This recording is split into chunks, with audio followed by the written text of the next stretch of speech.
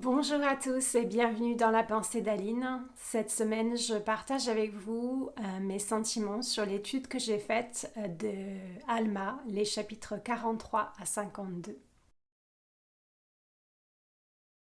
Ces chapitres, effectivement, sont très concentrés sur les guerres, sur les batailles, les préparations de guerre. Et j'avoue que quand j'ai lu le livre de Mormon pour la première fois, ou en tout cas les premières années que je l'ai étudié, j'avoue que je n'étais pas vraiment passionnée par ces chapitres. J'avais du mal à en retirer quelque chose de spirituel. Et en fait, avec le temps, au fur et à mesure que je revisite ces chapitres de guerre, eh bien, étonnamment, ou peut-être pas, j'apprends énormément, je vois en tout cas des parallèles spirituels de plus en plus. D'abord, j'aimerais parler de la différence entre les motivations derrière ces guerres, entre les Néphites et les Lamanites. Effectivement, de chaque côté, il y a des motivations très différentes. D'un côté, il y a les Lamanites qui sont motivés par la haine et la vengeance. Et d'un autre côté, il y a les Néphites qui, eux, sont motivés par finalement la protection de leur famille, de leur terre, mais surtout aussi de leur foi. Du côté des Lamanites, on a un premier chef de guerre qui s'appelle Zerahemna, qui en fait excite son peuple à la colère contre les Néphites. Et on voit au verset 44, beaucoup de Néphites furent tués de leurs mains. Oui, car ils fendirent en deux beaucoup de leurs casques, et ils percèrent beaucoup de leurs plastrons de cuirasse, et ils coupèrent beaucoup de leurs bras, et ainsi les Lamanites frappaient dans leur ardente colère. Une chose que personnellement qui m'a marquée en lisant le récit de cette première rencontre entre Moroni et Zerahemna, c'est que la vengeance et la colère peuvent décupler les forces et donner beaucoup de puissance à nos ennemis.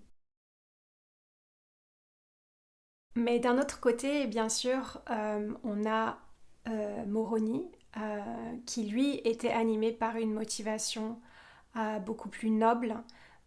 Et on l'apprend en fait dans le verset 48. Moroni, voyant leur intention, envoyait des gens en avant et inspira leur cœur de ses pensées. Oui, la pensée de leur terre, de leur liberté, oui, et de leur indépendance de la servitude. Un peu plus loin aussi, au chapitre 44 et au verset 3, Moroni reconnaît que la puissance qui leur est accordée, c'est en fait la puissance de Dieu. C'est le Seigneur qui les bénit avec cette force de se battre alors qu'ils sont quand même en minorité. Hein. Et donc au verset 5, Moroni explique: nous avons acquis du pouvoir sur vous par notre foi, par notre religion et par les rites de notre culte et par notre Église et par le soutien sacré que nous devons à nos épouses et à nos enfants et par cette liberté qui nous lie à notre terre et à notre pays, oui, et aussi par l'observance de la parole sacrée de Dieu à laquelle nous devons tout notre bonheur et par tout ce qui nous est très cher. Et on voit que cette motivation d'être motivé par la liberté, la foi, la protection de la famille et de son pays, eh bien, est une motivation qui est digne de recevoir la puissance des cieux, l'approbation des cieux. Et c'est pour ça que Moroni arrive finalement à vaincre les armées de Zerahemna. Alors, comment ça s'applique pour nous personnellement? En tout cas pour moi, j'y ai réfléchi beaucoup cette semaine. Et je me dis que finalement, quand on lit ces histoires de guerre, on peut très bien faire un parallèle avec la guerre spirituelle auquel nous participons hein, tous les jours, puisque l'adversaire est bien présent dans ce monde et finalement il est constamment en train d'influer la colère et la division et la haine pour donner de la puissance et avoir de l'emprise et finalement atteindre ses propres desseins. Mais c'est ça qui me rassure, et c'est que la puissance de Dieu est bien plus grande que celle de l'adversaire. Et si nous nous lions à lui par alliance, nous pouvons avoir plus de force et plus de puissance pour surmonter et combattre nos ennemis spirituels. La deuxième chose que j'ai regardée cette semaine, après la motivation, c'est les stratégies de guerre que Moroni utilise. J'ai essayé de faire ce parallèle avec les stratégies que je peux utiliser pour combattre l'ennemi. Et Moroni est très stratégique. Alors la première chose, c'est qu'il envoie des espions pour observer le camp des Lamanites, savoir où ils sont, à quel moment ils se préparent à attaquer. Et ça, c'est une bonne leçon. Je pense que connaître notre ennemi, savoir quelles sont ses propres stratégies pour essayer de nous faire chuter, c'est important. Et ça, on l'a vu il y a quelques semaines quand on a un petit peu regardé les stratégies de l'Antichrist. Donc la première chose que j'apprends grâce à Moroni, c'est que il faut connaître son ennemi pour pouvoir avoir l'avantage sur lui. La deuxième chose qu'on apprend des stratégies de Moroni, c'est d'être bien protégé par une armure. Car l'armure nous protège des coups de l'adversaire. On voit dans le verset 38 du chapitre 43 que les parties vitales du corps étaient protégées des coups des Lamanites par leur plastron de cuirasse, leur bouclier pour le bras et leur casque. Et c'est ainsi que les Néphites accomplirent l'œuvre de mort parmi les Lamanites. Donc grâce à leur armure, ils avaient un avantage sur leur ennemi puisqu'ils étaient protégés de leurs coups. Donc ça c'est quelque chose que nous on peut mettre en pratique ou que moi je peux mettre en pratique. Tout simplement je pense à l'armure dont Paul parle dans son épître aux Éphésiens. Tenez donc vous fermes, ayez à vos reins la vérité pour ceinture, revêtez la cuirasse de la justice, mettez pour chaussure à vos pieds le zèle que donne l'évangile de paix. Prenez par-dessus tout cela le bouclier de la foi, avec lequel vous pourriez éteindre tous les traits enflammés du malin. Prenez aussi le casque du salut et l'épée de l'esprit, qui est la parole de Dieu. La troisième chose qu'il fait aussi, et ça je pense que c'est très important, c'est qu'il privilégie la paix et la vie.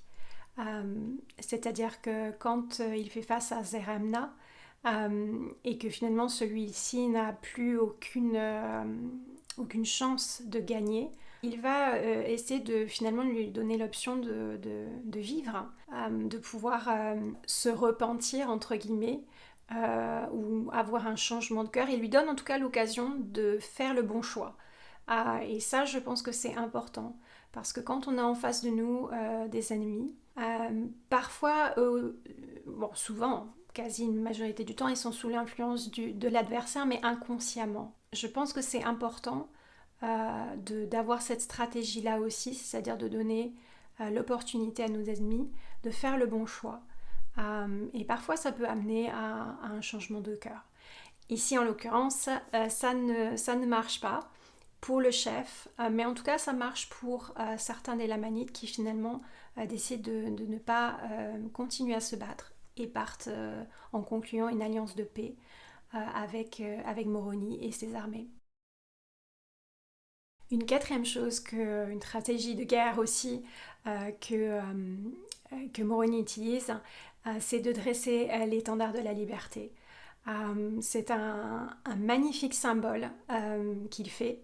On le lit au verset 12 du chapitre 46.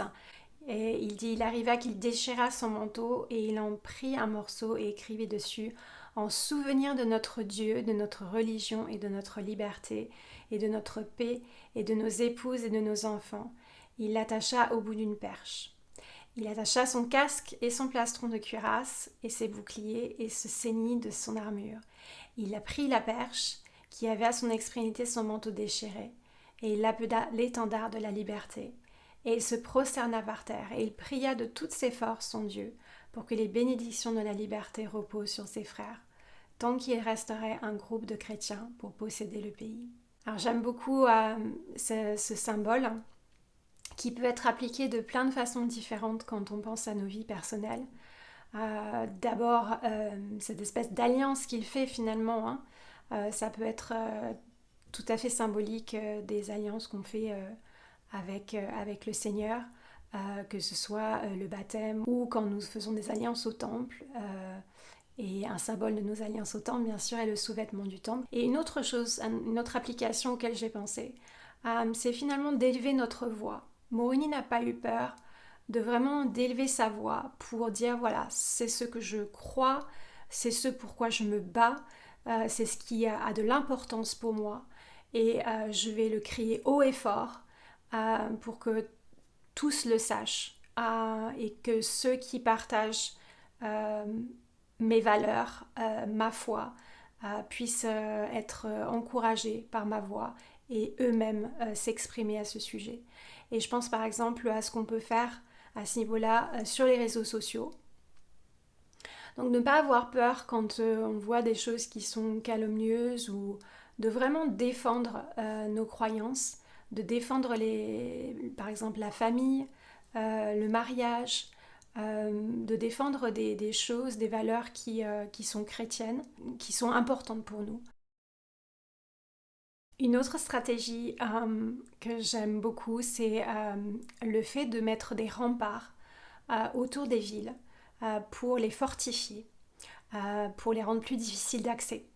On voit ça dans le chapitre 49 particulièrement, où les Lamanites se retrouvent face à des villes qui sont beaucoup plus fortes, beaucoup plus fortifiées qu'ils ne les avaient connues auparavant, parce que justement Moroni a pris le temps de faire ces fortifications. Au verset 18, il est dit « Le Lamanite ne pouvait entrer dans leur fort de sécurité par aucun autre chemin que l'entrée, à cause de la hauteur du talus qui avait été élevé et de la profondeur du fossé qui avait été creusé tout autour, si ce n'était à l'entrée. » Pour faire une application personnelle, je pense que je me pose la question quels sont mes remparts finalement, quels sont mes remparts spirituels. Et quand je pense à remparts, je pense à mon foyer, puisque ça peut être le parallèle d'une vie, ça peut être mon foyer. En tout cas, mon environnement de vie. Une chose auquel je pense pour mon foyer, bien sûr, c'est déjà une bénédiction de la prêtrise sur mon foyer. Ça peut être un rempart. Une autre chose aussi, c'est la prière avant de partir du foyer. Une prière pour la protection des cieux. Ça peut être un rempart. Aussi, certains choix de choses qu'on a chez soi. Et ça, c'est vraiment personnel pour chacun. Il faut suivre l'esprit, mais il y a certaines choses qu'on peut, par exemple, ne pas avoir, qui peuvent être des pierres d'achoppement. Je sais que, par exemple, pour moi, ce sera sûrement ne pas avoir mon téléphone dans ma chambre, parce que sinon, tard le soir, je suis tentée de probablement regarder une série télé alors que je devrais dormir et me reposer. Et la fatigue, c'est définitivement un outil que l'adversaire utilise pour nous faire chuter. C'est de nous fatiguer, parce que quand on est fatigué, on fait des mauvais choix, ou en tout cas, on est moins apte à faire de bons choix. Et une dernière chose, une dernière stratégie que je trouve très intelligente aussi de la part de Moroni, c'est qu'il laissa une partie de ses armées dans chacune des villes en fait du pays. Donc elles étaient toutes protégées. Il n'a pas mis la totalité de son armée en un seul endroit. Et même quand il est sur le champ de bataille avec les Lamanites, on voit qu'il fait des petits groupes pour entourer, en fait, encercler ses ennemis. Et pour moi, ça m'a fait penser effectivement aux différents domaines de ma vie, en fait.